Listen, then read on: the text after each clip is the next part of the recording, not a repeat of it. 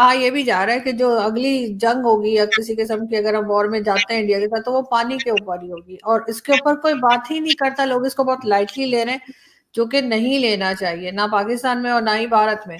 इसलिए कि ये बड़ी एक सीरियस इशू है, और पानी का इशू जो है बहुत सीरियस है, और इसके ऊपर जंग हो सकती है। अब कश्मीर पे नहीं, बल्कि पानी पे जंग होगी।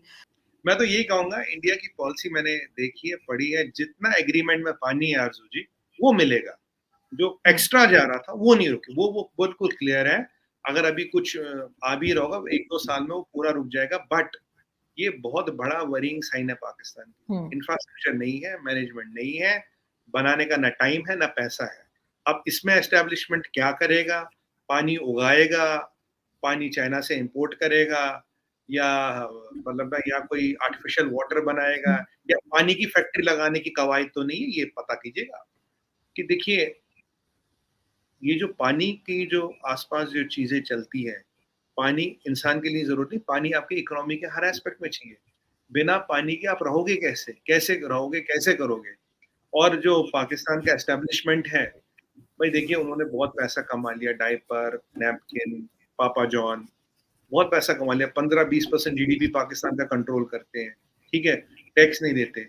अब तो छोड़ दो पाकिस्तान को, अब बचा क्या? निचोड़ने को बचा क्या? अगर आप जंग में भी जाओगे, चलिए, मैं तो ईश्वर से कहता हूँ कभी जंग ना हो, जो आपकी डिफॉल्ट प्रोबेबिलिटी है आरजू जी, 2 क्वार्टर के बाद will Pakistan be intact as an economy, as a country? That is the burning issue number one. It's not water.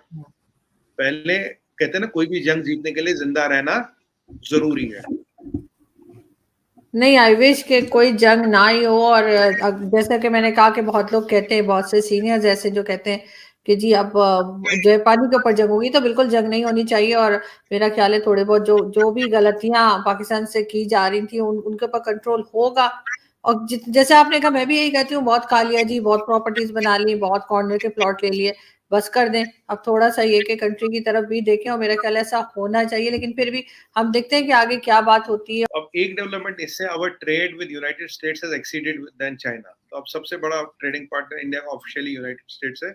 बीच में भी था, पर चाइना कुछ ऊपर आ गया था। अभी हम चाइना की बात करें तो चाइना में अंदर क्या हो रहा है आरजू जी, किसी को कुछ नहीं पता। 2-3 बड़ी अजीब चीजें हुई है। कल परसों वहां पे जो प्रीमियर है, लीपांग, शायद, मैं चाइनीज नाम में बोल नहीं पा रहा हूँ, उन्होंने 1 लाख लोगों की मीटिंग की, 1 लाख हेल्थ ऑफिसरों की मीटिंग है कोविड परिस्थिति पे देखने के लिए। 80% उनकी फैक्ट्रियां बंद है, according to western media. 240 million, 24 crore लोग उन्होंने 2 महीने से, अब 3 महीने हो गए, बंद कर रखे हैं कोविड के चलते। अब आरजू जी, आपको पता होगा, डेल्टा का जो वेरिएंट है उसका साइकिल 14 दिन का होता है, ओमिक्रॉन का साइकिल 6 दिन का। वो ओमिक्रॉन की बात करते हैं, तो लॉजिकली 1 दिन का साइकिल, 2 दिन का साइकिल, 3 दिन का साइकिल, मतलब 6-6 दिन के 3 साइकिल, 18 दिन हो गए। डेल्टा भी लोगे तो 28 दिन हो गए। तो जो 3 महीने से लोग बंद कर रखे, ये क्यों कर रखे? और अब उनका तर्क है जीरो कोविड पॉलिसी। अगर आप जीरो कोविड पॉलिसी की बात करेंगे तो WHO, World Health Organization, Wuhan Health Organization, जो उसको कहना चाहिए, वो भी कहता है zero covid policy is not sustainable. Zero covid policy तो वही होती है, अगर मैं बोलूं मैं अमेरिका हूं, एक बहुत संपन्न मुल्क हूं, I will have zero death policy, या कोई मरेगा ही नहीं, which is again not sustainable. नहीं है। जीरो कोविड पॉलिसी, दुनिया का हर मेडिकल एक्सपर्ट ये कहता है, इज नॉट सस्टेनेबल। वजीर आजम 40 रोज के दौरान अपने छठे गैर मुल्की दौरे पर रवाना हुए। ये अवाम का पैसा ऐसे उड़ा रहे हैं जैसे इनके बाप का माल हो। अवाम का पैसा बेदर्दी से उड़ाया जा रहा है। अच्छा, मैं यहाँ फवाद चौधरी की बात से 100% इत्तेफाक करूंगी, 100%। ये हुक्मरान जो अवाम पर ज़बरदस्ती मुसल्लत किए गए हैं, वो कह रहे हैं कि जी हमारे पास जहर खाने को पैसे नहीं हैं, लेकिन अपने शौक सरकारी खजाने से भरपूर अंदाज में पूरे किए जा रहे हैं। अब शहबाज शरीफ मुसलसल गैर मुल्की दौरे कर रहे हैं, लेकिन इन दौरों का क्या कोई फ़ायदा अब तक सामने आया है? बिल्कुल नहीं आया। लेकिन इनके मुसलसल गैर मुल्की दौरों से कौमी ख़जाने को नुकसान पे नुकसान ज़रूर हो रहा है।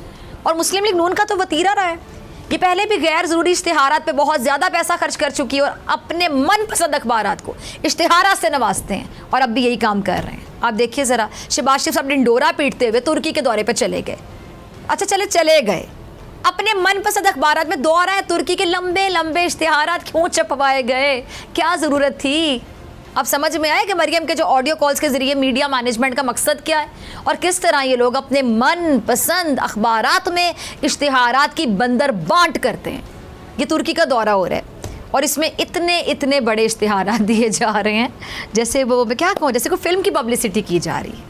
फिल्म की पब्लिसिटी किस तरह इश्तिहारात दिए जाते हैं, यानी आवाम के पैसे को बिला वजह ज़ाया किया जा रहा है। वैसे जहर खाने के पैसे नहीं, इश्तिहारात के लिए पैसे हैं।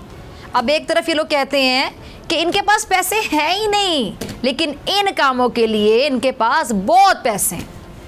और शहबाज शरीफ साहब, आपके दौरा तुर्की की खबर चैनल्स में चल गई, फिर इस पर टिकर्स भी चल गए, लेकिन इसके बावजूद ये जो इश्तिहारात पर अवाम का पैसा ज़ाया किया, ये मंतक समझ में नहीं आ रही।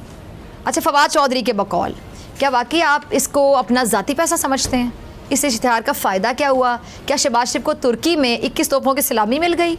और इश्तिहार का लॉजिक उस सूरत में समझ आता अगर शहबाज शरीफ तुर्की से कोई कर्ज़ ले आते, वो फ्री की कोई गंदुम चावल लेकर आते या फ्री की बिजली लेकर आते, तो फिर इन इश्तिहारात की तुक समझ में आती।